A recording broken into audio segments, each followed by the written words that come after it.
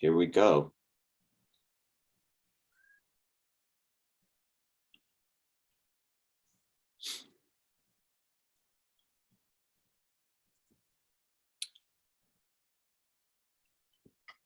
Good morning, everyone. Welcome to the Meditation Town Hall. Congratulations for successfully navigating the time-space continuum of a time change and being here on time. It is a small miracle that we're all here. My name is Kevin, and I'm going to be the host for today. And in a moment, we're going to bring Surya Das on. Before we do, I just want to say a couple things.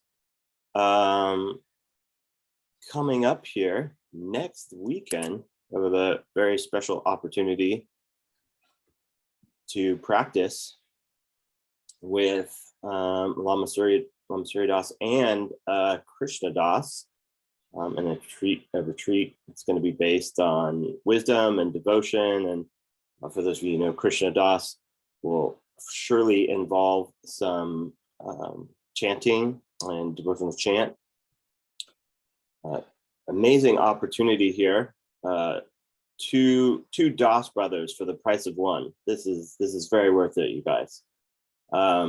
So information about that is on the website, and I'll also post something at chat in the end. So make sure to check that out. Also, it's combined with a weekend retreat, or the spring retreat for Dzogchen Foundation. But if for any reason you can't attend the weekend retreat, you can also just attend a session with Lama Surya Das and Krishna Das on Saturday evening. So, I think without further ado, then we will turn this over to Lama Surya and begin our meditation town hall for this Sunday. Welcome again to everyone. Thank you, Kevin of California, and everybody, I should say, as I like to say.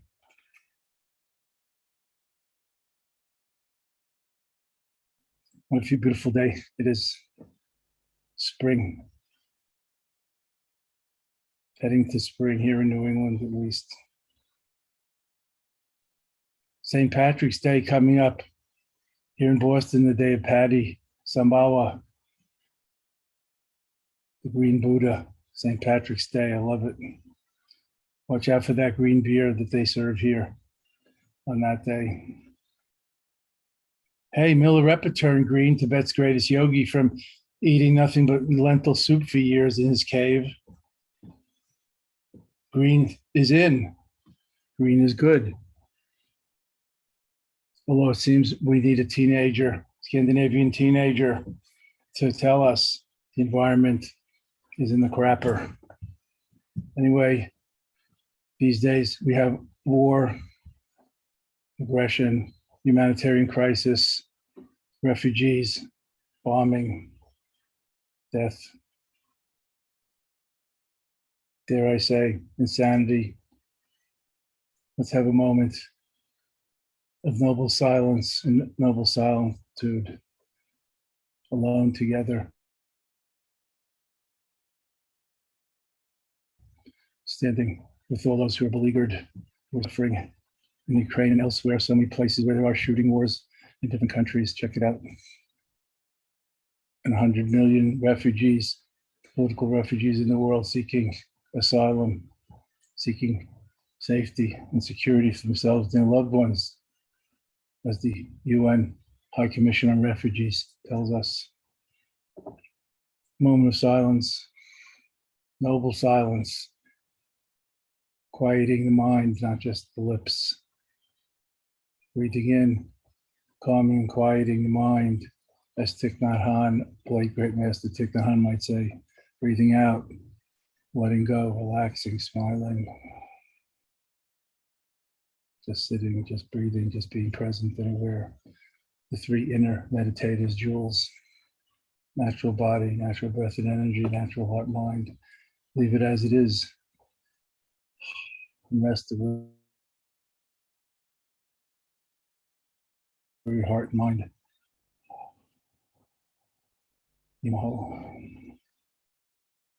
Thank you.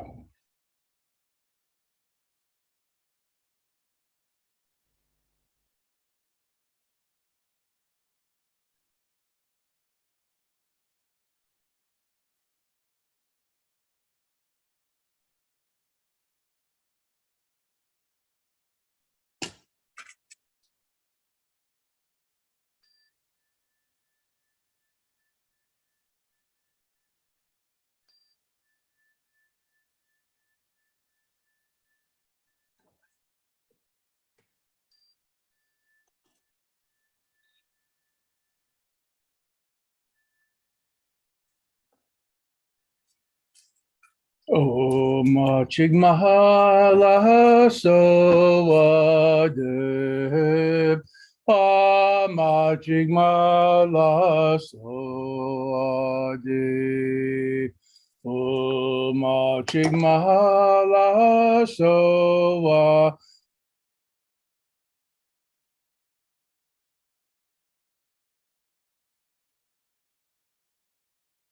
Dib kapom ye ma bahai shinki la ngam bahai shiki la gusun tagi che pahop ma yav jengam pa to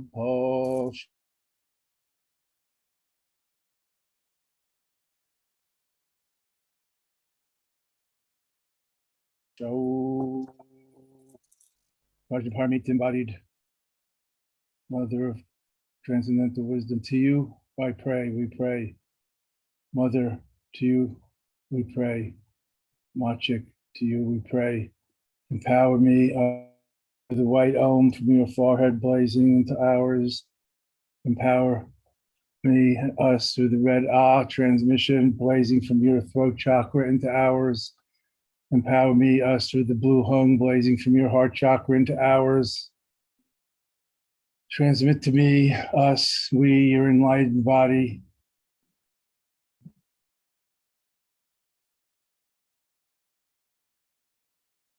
Your awakened heart, mind, Buddha mind.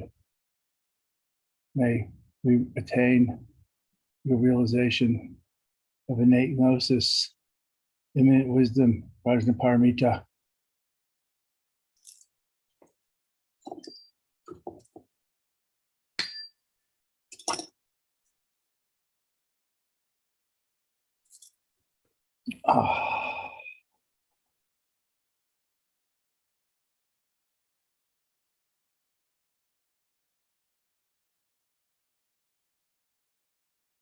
I've been thinking about dreams lately. Yesterday's master class, we talked about Tibetan dream yoga, awakening within the dream,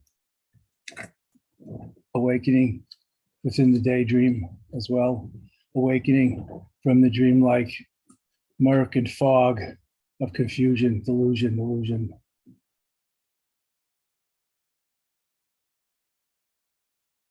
Awakening, awakefulness, the active ingredient of contemplative practices, of true higher education, not just improving our intellectual mind, but our character, our discernment, our wisdom.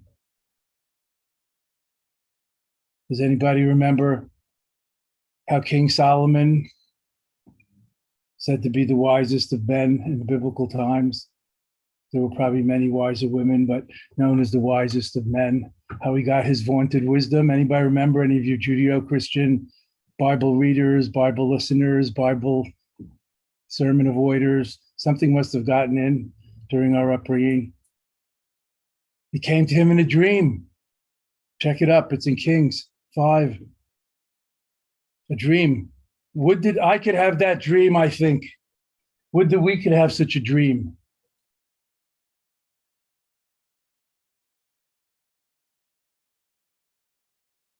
God Asked him if he would like power and sovereignty or wisdom to know the real from the unreal. And God granted it. How could we cultivate such dreaming, making evolutionary progress, spiritual progress, consciousness, awakening, awareness, development, even in the dream? That's the question. Maybe I'm too utilitarian, thinking too rationally. What's the actuarial table? How long will it take? How much will it cost? Don't we think like that? And yet, is there anybody in the Western traditions that doesn't know about Solomon and his wisdom, although we don't really remember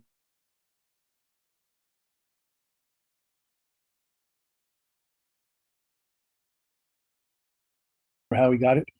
This is the practicing lineage, the Nyingma practicing lineage, whispered oral lineage of Pith instructions coming down from Buddha, Milarepa, Gampopa, the Karmapas, J.B. Lingpen, Longchenpa, etc. The Mahamudra and Dzogchen practice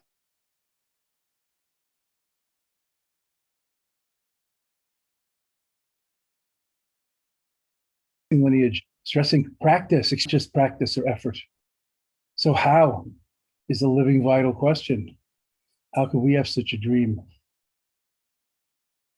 So we practice the path, as Stephen Batchelor says I should call it when I talk about Buddhism, not Buddhism, rhymes with voodooism. As we practice the path together, alone together, the mystery of we, me and you, I, thou, inseparable is the sacred third, which is one, oneness.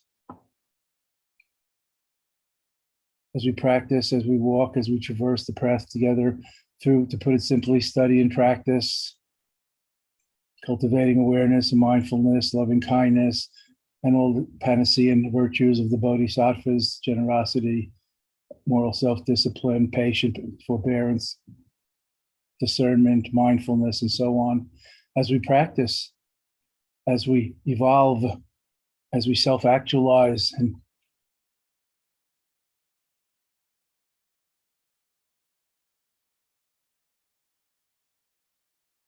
activate, as we enact Buddha. There's an ancient Christian classic from the Middle Ages, I believe Thomas à Kempis' Imitation of Christ. We call it Imitation of Buddha. We said anybody could become as enlightened and awake, as free from suffering, as beneficial in the world as I have. And millions have, not just one only begotten son of Buddha. Millions have. Check it out. So as we practice this path, this joyous path of awakening for a better future, and it can begin right now. We need some means, some method. So we study how and what and about it, and ask questions and clarify our doubts. And we practice, we put it into practice and experience it for ourselves and gain our own insight, self-knowledge, understanding of karmic cause and effect. What causes what around here? Who's pulling the strings? Is it all predetermined and written? Well, what? Karma doesn't mean predetermination, predestination. The bad news is we're heavily karmatized. PTKD, post-traumatic karma syndrome, or something. Just made that up. I don't know if it came out right, but you got the point. We're heavily karmatized. We're heavily conditioned. Karma means causation, conditioning, outer and inner, mental and physical, etc., and collective and social. But the good news is it's just conditioning. Conditioning can be reconditioned. We can recondition and even decondition and start be fresh any moment. Get out of our ruts. Even the strongest habits, so-called bad habits, unfulfilling habits, can be reconditioned, can be purified, transformed, transmuted. Even addiction, strong addictions like heroin, strong addictions like overthinking, alcohol can be reconditioned and deconditioned. That's the good news. So as we get wiser, more experienced, as we mature in life and discernment and self-knowledge and insight and recognize causation, cause and effect, what makes us healthy, what makes us unhealthy,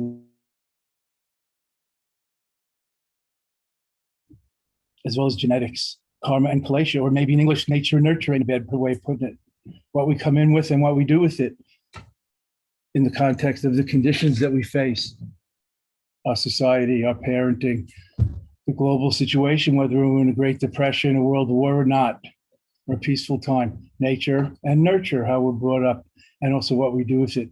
The important principle being self-actualization, enacting, reenacting, imitation of Buddha, reenacting the lifestyle of the bodhisattvas, not imitating anybody, but imitating ourselves, our true selves, recognizing ourselves from what we are and realigning ourselves with that, rather than being bent out of shape according to whatever our narrative presents to us as real, our miserable childhood, the zip code or the city or the country we grew up in or whatever. So subjective, selective memory and all the rest. Not to mention delusion, illusion, and distortion factors, misinterpretation, and the rest. When we recognize cause and effect, we get our hands on the steering wheel of karma and of our lives, rather than having our hands on the rear view mirror and expecting the car to go in the desired direction by turning the rear view mirror. The mirror is for looking backwards and seeing what's there, not for looking forwards, not for direction. It's not connected to the wheels. Causation is the wheel, steering wheel.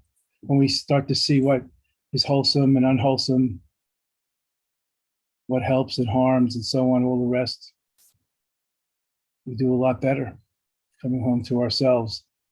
Authenticity, imitation of true nature, of our true self, of our ens. ENS might be the best word for it, not English. I think Kant came up with that, for who and what we truly are, our beingness, not just ourself, our ens. Look it up. I had to. Struggling to find what is the word for our true nature, our beingness. We don't even have a word in English. One word is too tough. Who and what we are, our identity. Sure. Not imitating anybody else, but authenticity. Of course, we are already our true selves, no matter how bent out of shape we are. A bent nail is still a nail. A curled up snake, even in a knot, is still a good old snake. When you recognize that, you're not worried about how long it's going to take to unwind. It's all there since the beginning. We just need a little tweaking. As the Zen master said, all Buddhists from the beginning, we just need a little tweaking. It's only temporary obscurations that veil it.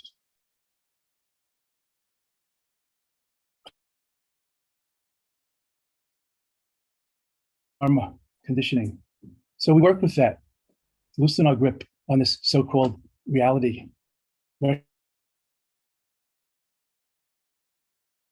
Recognize it, as it says in the Diamond Sutra, like a dream, like a fantasy, like a sitcom, like a mirage, like an echo, like a rainbow flashing in the summer sky, lightning, drops of dew evaporating on blades of grass at dawn. All these 8 and 12 similes of illusion.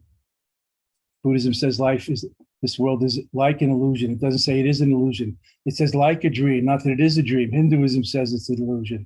We say it's like an illusion, less assertive, more open. What is it? Keep the wonderment going. Like a child, innocent. Wow, what's that? Ooh. Until somebody says it's a snake, be careful, it might be poisonous, it might bite you. Before that, wonderment. Everything, every moment is wonderful. What full of wonder, wonderment, we call it Dzogchen. Imaho. Not, oh, been there, done that. Isn't there anything else? He's talking about the same old stuff again. What's new? We need something new. What's next? Always leaning forward. What's next?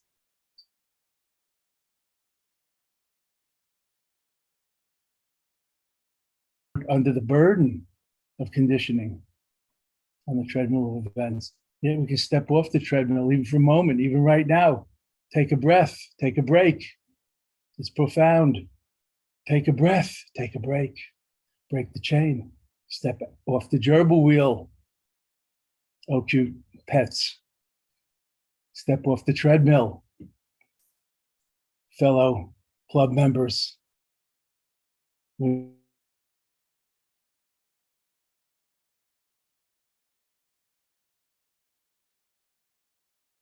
Treadmill ain't go nowhere.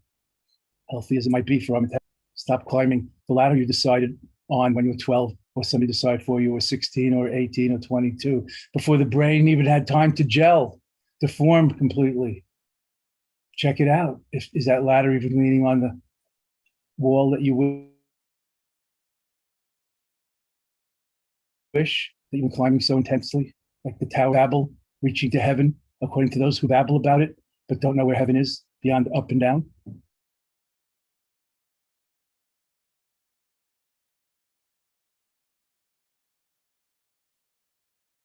To build a bridge across the great river of Tao. It's flowing through you right now. Get out of the construction business, as we say in Dzogchen. Beyond action and beyond inaction, the sublime Dharma is accomplished, sings Patrul Rinpoche.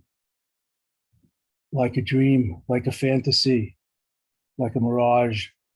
Not a dream. There are dreams, there are daydreams, there's waking consciousness, there's different states of consciousness, semi-consciousness, unconsciousness, coma.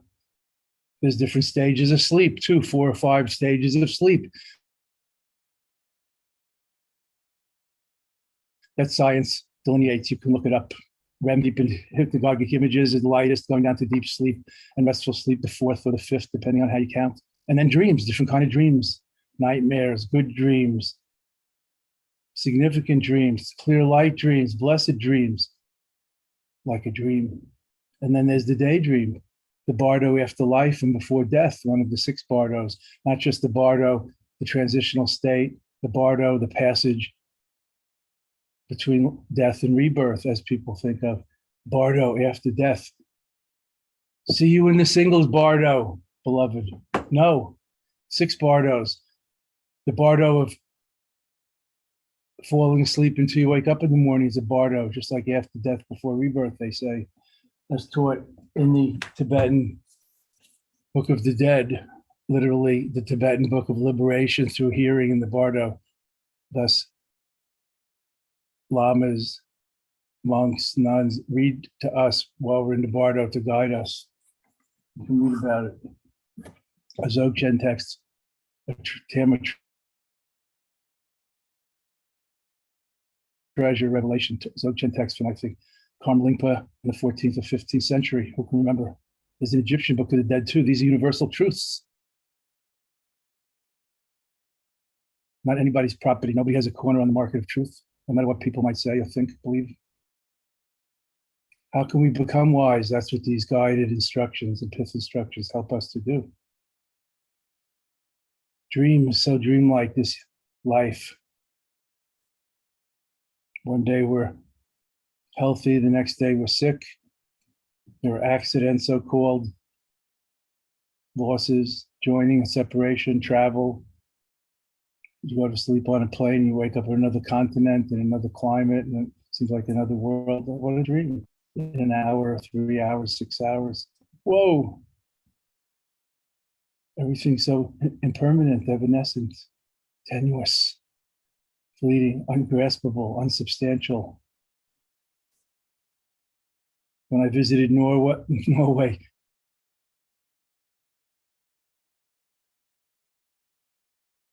never been to Norway yet. Norman named for D-Day, World War II, etc. The concrete bunkers that the Germans built to defend the land they had conquered, France, defend Europe from Allies invasion, trying to take it back and free it from the Germans and the Nazis. The concrete bunkers were still intact because the Germans had used the most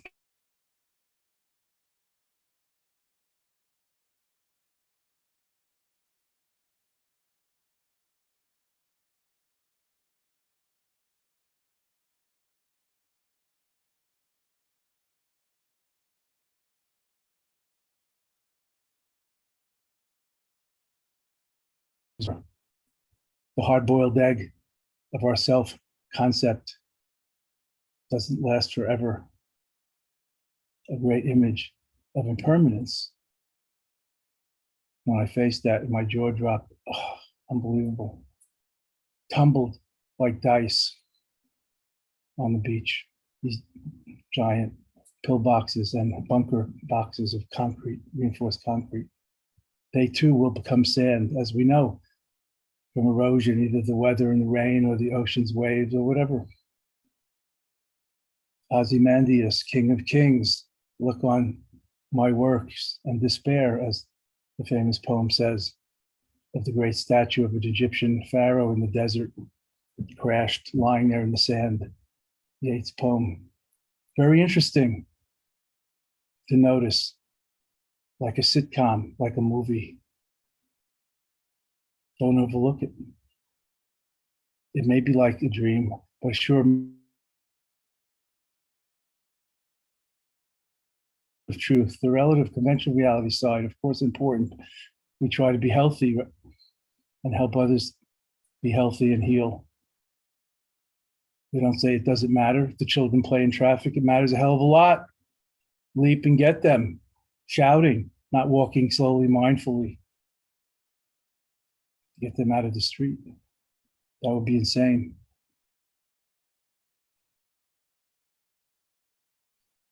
Like a dream, like a fantasy, like a sitcom. Good to remember, good to put on a yellow sticky or an index card, or have a little notebook with your one-liners, or put the yellow sticky on your mirror, your laptop, your screen, somewhere. Bind it like a frontlet upon your eyes, as it says in the Hebrew scriptures. It means keep it in the forefront of your consciousness.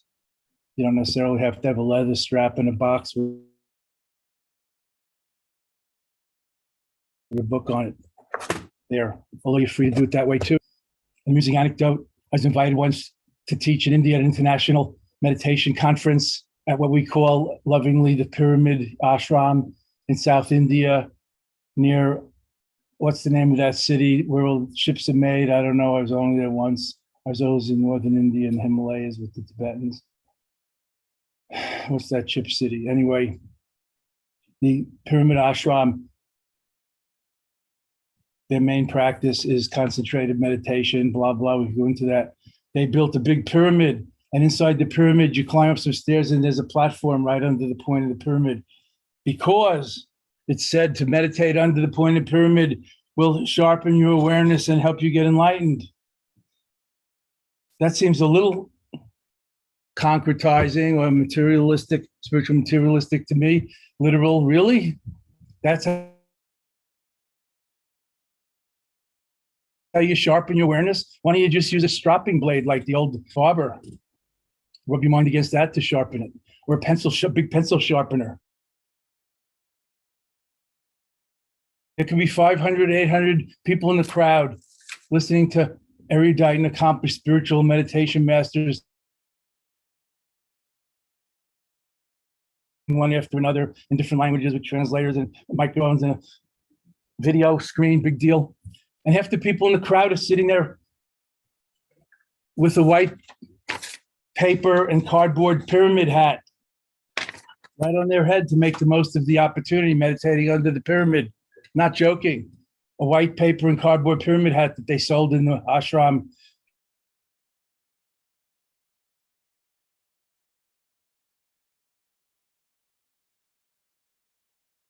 Boutique. A little literal to me.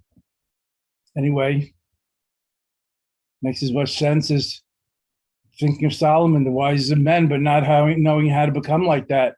After 2,000, 3,000 years of talking about that story, still not knowing, not teaching how to become as wise as Solomon. It bugs me. It bugs me. Take things so literally. And we do the same in the Dharma, in our Buddhist ghetto. Let's not exaggerate how sophisticated, how intelligent, how discriminating, discerning we are. They are us. Believe me. There are too many examples to mention. Being so literal or spiritually materialistic. barely reading what's on the lines, not between the lines, certainly. There's always the outer, inner, and then subtlest levels of things. At least this is a Tibetan Buddhist analysis, like externally there's behavior.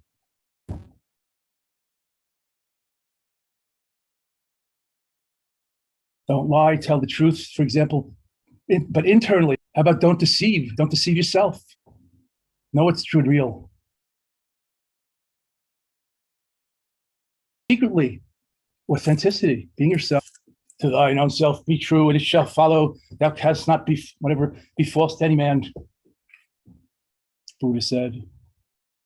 Or maybe it was Polonius, Shakespeare's mouthpiece. So not just saying never lie. Somebody who's trying to convince me lying is always bad. Now some of us are thinking, yes, lying is always bad. Well, that's the outer behavior. But what about white lies? Oh, how does my hair look, dear? How are my blue jeans? Good. Nice, let's go. We're late. Little gray ones. How about the bodhisattva lie that trumps the small path honesty when the Nazis come to the door and ask if there are any 15-year-old Jewish girls hiding in the attic? Need I mention what we're talking about, Anne Frank and family? No Jews here. Bye. Close the door. Saving life trumps not lying in that case.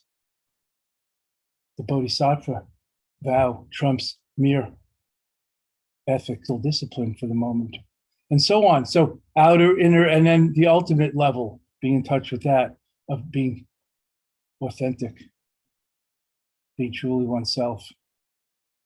It's beyond lying to the outside or fooling yourself inside. It's much more subtle, something also to work on. Even in this dreamlike world, dealing with the problems, the situations, and the joys and miracles, and appreciating them as they arise.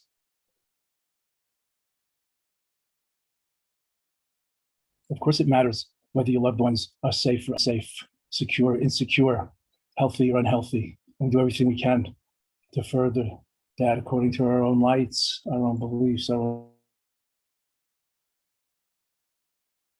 understanding. When I become clear, everything becomes clear. That's why I meditate. Buddha said there is nirvanic peace in things left just as they are. That doesn't mean passivity and complacency. It means non-attachment, letting go, letting come and go, letting be. The wisdom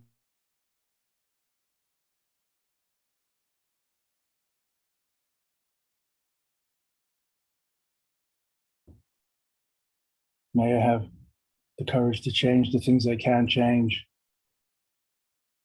Something like that. The patience or serenity to accept the things I can't change. And third, the wisdom to know the difference that the 12-step programs use.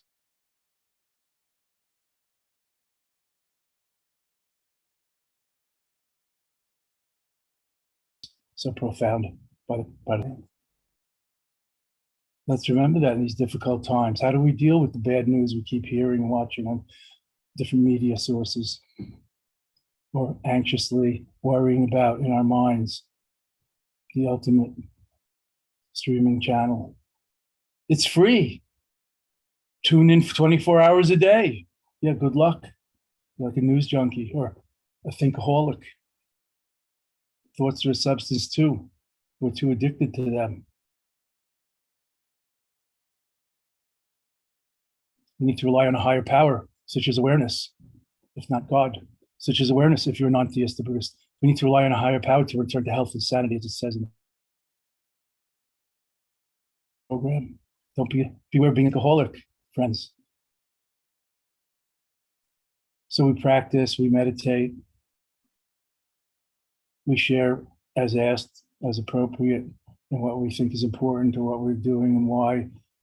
Maybe we exude some light or embody it, and others start to resonate or ask about it, or follow their own authentic way, not follow the leader, like Slavish followers. We try to inculcate leadership, enlightened leadership, like the Bodhisattva way, not followership, like cults that have no graduates.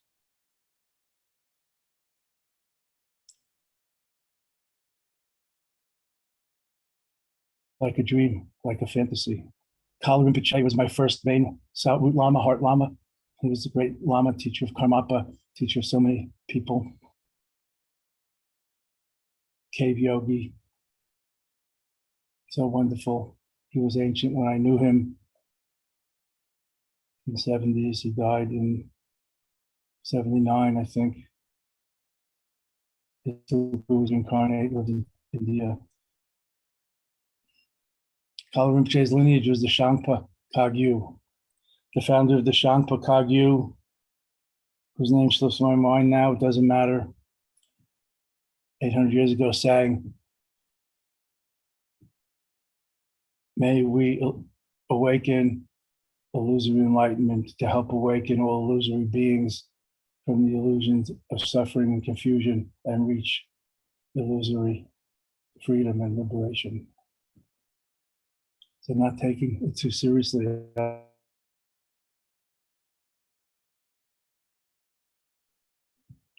Literally.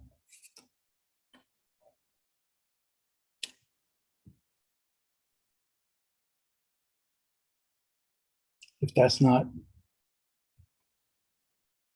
deep enough or hasn't confused you, let's try on the Hindu saying from the Upanishad scriptures.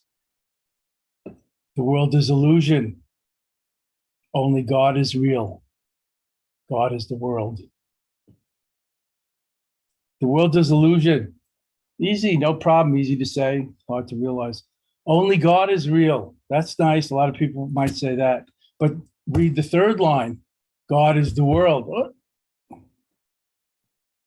Put that in your dualistic mind pipe and smoke it. So it's beyond either or. There's no two. I'm not saying it's one or one. There's no two. All polarities are on the same spectrum, like yin and yang make one.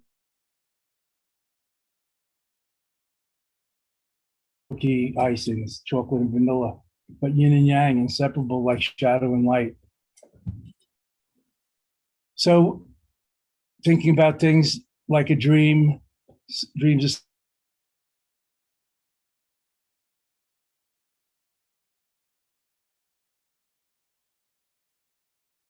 dream yoga, 1500 to 2000-year-old practice of Tibetan dream yoga, going to sleep in the light, looking at the light behind your eyes, rather than diving into oblivion and trying to get unconscious as soon as possible, going to sleep into awareness and luminosity, maybe being conscious through the stages of falling asleep.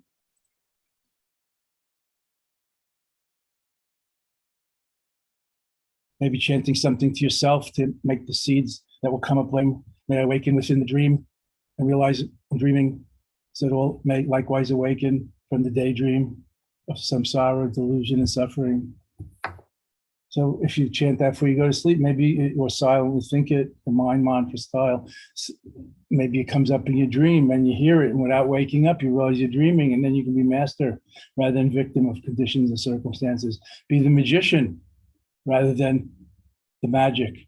Be the artist who remembers Pygmalion is just a paper mache statue of a beautiful woman, and not fall in love, or like Narcissus, falling in love with his image in the lake, not understanding the nature of reflection and illusion. So we become masters rather than victims of our own karma and kalesha, nature and nurture, one with ourselves, for the betterment of one and all.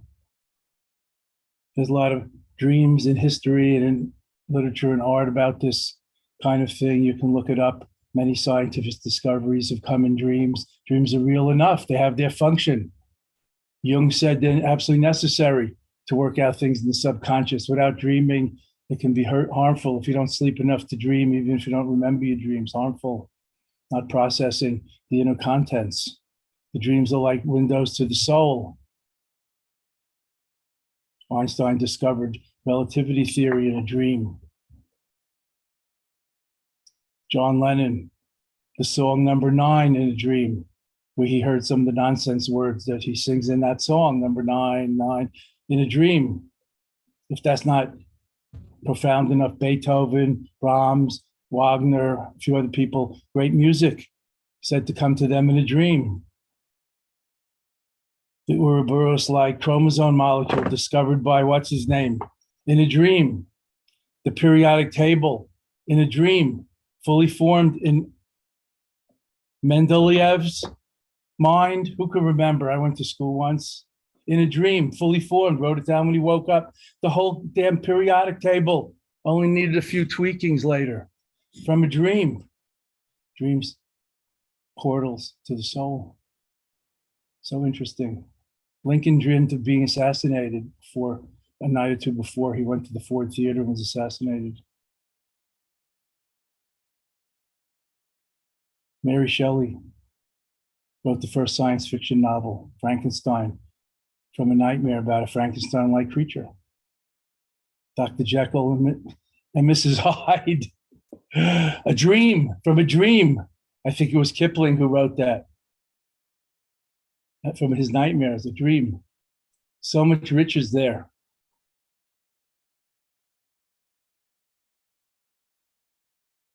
Who doesn't know, but who has reflected sufficiently on row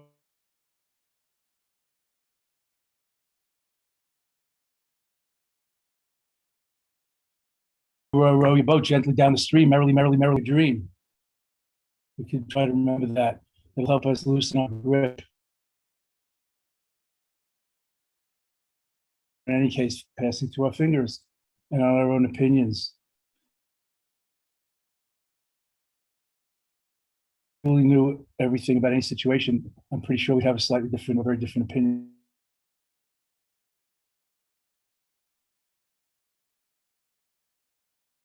And who knows everything about any situation. So now let's do a little meditation, go into the bardo of meditation, the dreamlike, evanescent, slightly iridescent, brilliance, lucency of mind itself, not looking outward for anything, not looking inward for anything, just sitting, relaxing, smiling. Close your eyes, gaze into the inner incandescence, the light behind your eyelids, if you want to call it that. Don't look up towards the crown of your head. We'll go cross-eyed, looking for your third eye. Just gazing like you're on a hillock overlooking the sea, looking at the horizon, not counting boats or naming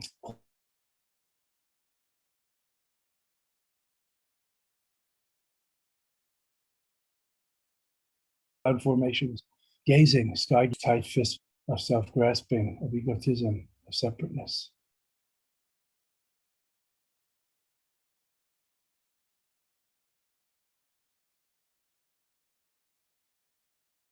The sphincter of ego, decontracting, that aperture opening wide. Kempo Rinpoche said the main difference between enlightened ones and sentient beings is the scope of their innate awareness. Scope, not nature. Open the aperture of selfiness, of separateness, of self-reference. What about me?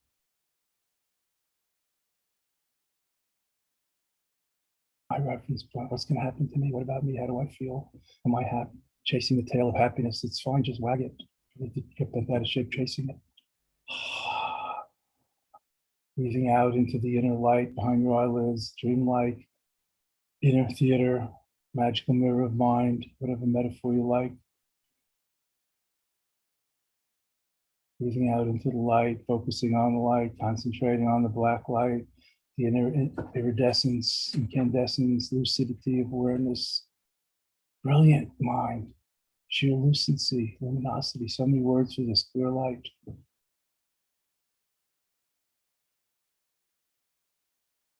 Brightness, what a bright mind she has, brilliant. It's something we can get our teeth into, we can actually see it and be it. Out into the light, focusing on the light, breathing in out of the light, breathing light, breathing lightly, Becoming light, being light, dissolving and connecting at the same time. Beyond two or one or noneness. Let go of the selfiness, dig the truthiness, and beyond. Let the ends just be. Beingness, isness, in Sanskrit, tatata, the dharmata, isness, ends, essential, being, not a thing. Yet something the being has, corpses lack. Enter the ends world, just beingness, here now, nothing missing and nothing in excess to be rid of. You know, wonderment, wow. What's this? And this, what's this? Like a child, how wondrous, amazing, miraculous, yes, thank you. Enjoy the joy of natural non-meditation, Dzogchen unmeditation right now. And how. Thank you.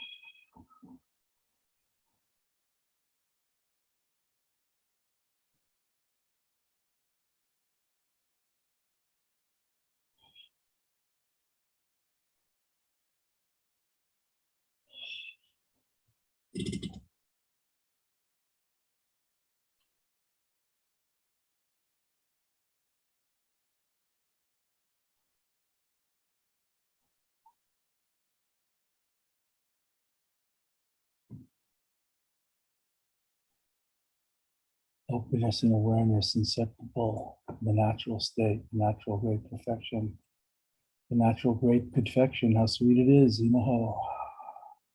nothing more to do, understand, remember, learn, or achieve. As it is, as is, isness, hence, what words can have the ineffable? Swaha.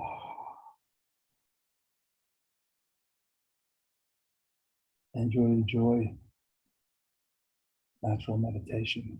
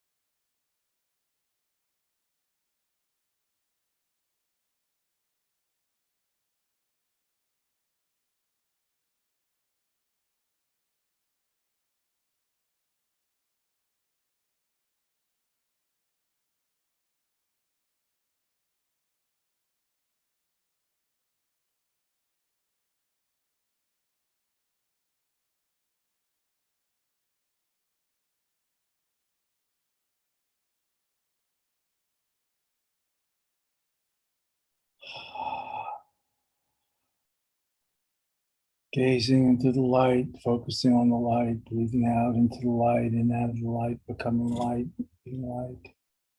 You'll listen, see beyond subject, object, and interaction, the three circles, three wheels of karma and Buddhist psychology.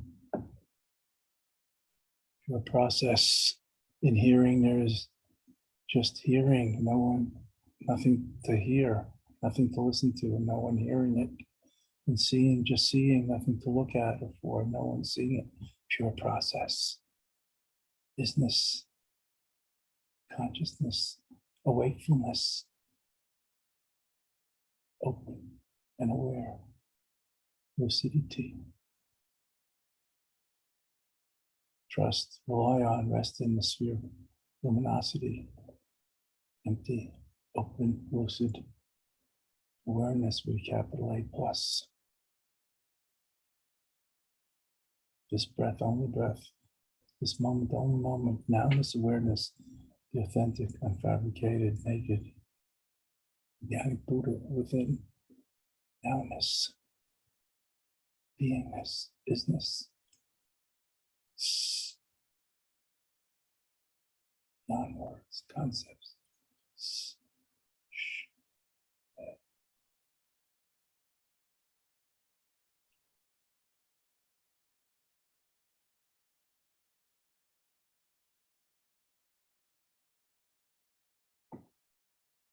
Hmm.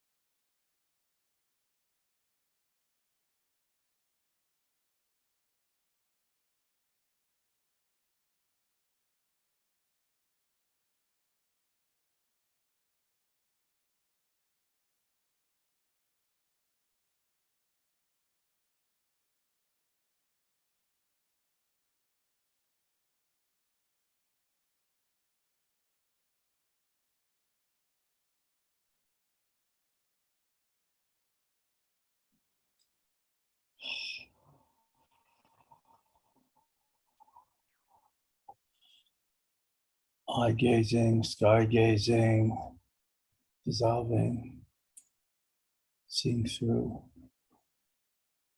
illusory appearances, phenomena, and mind stuff as well. Being through, truly.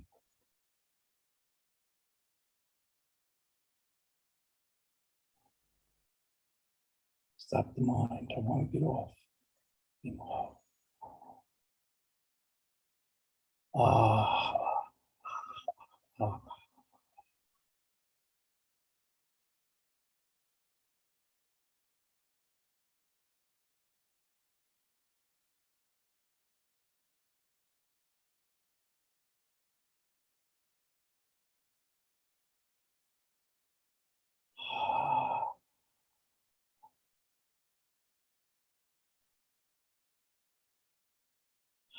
Don't mistake mere motion for meaning. Beyond action and beyond inaction, the sublime Dharma is accomplished. What to do? Who knows? Who's on first?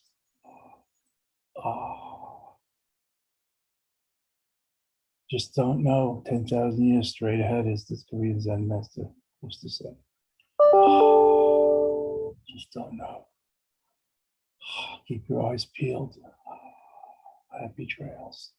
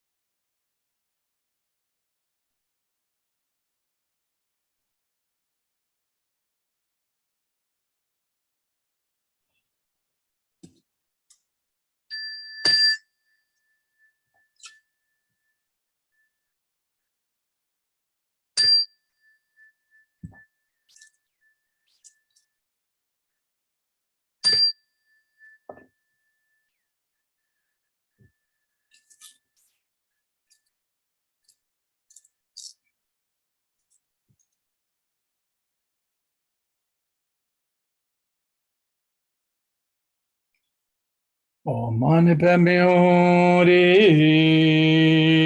Oh, mani padme hori. Oh, mani padme hori. Oh, mani padme hori. Oh, mani padme hori. Oh, mani padme hori. Three here. Oh, mani padme hori. Amen. Oh, mani padme hori. The heart syllable of generating. Oh, mani padme hori.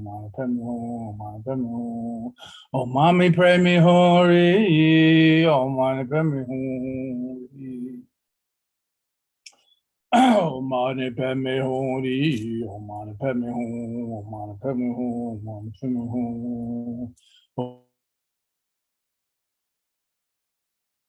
Oh, mani padme hori. Oh, mani padme hori. Oh, mani padme hori. Oh, mani padme hori. Oh, mani padme hori. Oh, mani padme hori. Oh, mani padme hori. Oh, mani padme hori. Oh, mani padme hori. Oh, mani padme hori. Oh, mani padme hori. Padme hori. Padme hori. Padme hori. Mani padme hori.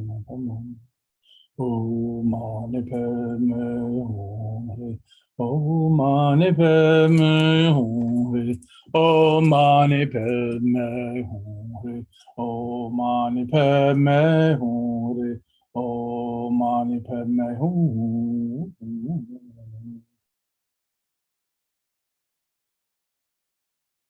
May there be peace and harmony in the world, and end to war, violence, pandemics, epidemics, tsunamis, landslides and earthquakes, wildfires,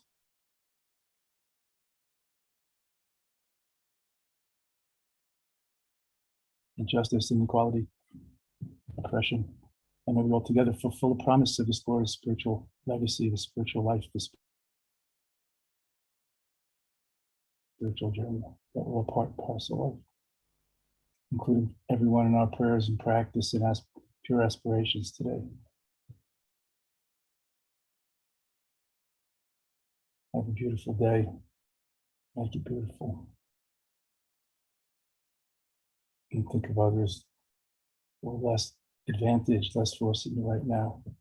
And let's share with them the bounty, the goodness, even if only in mind and heart and spirit. It matters. We're willing to connect that it matters. Interdependent. It matters. Thank you. Please consider joining our spring retreat, virtual retreat next weekend. We were planning an 8-day retreat at our usual spring retreat center overlooking Malibu and the ocean, the whatever it's called there, Franciscan Center, Father Sarah Center, yes. But because of COVID concerns, have to postpone it again. Hopefully we'll have a retreat again, residential intensive meditation Dzogchen retreat again in the summer and the fall as usual going forward. Please, meanwhile, continue to practice, join the Sangha, donate, volunteer, help us keep going. I'll join you in the spiritual practice every morning, every day. Love to one and all. Thank you.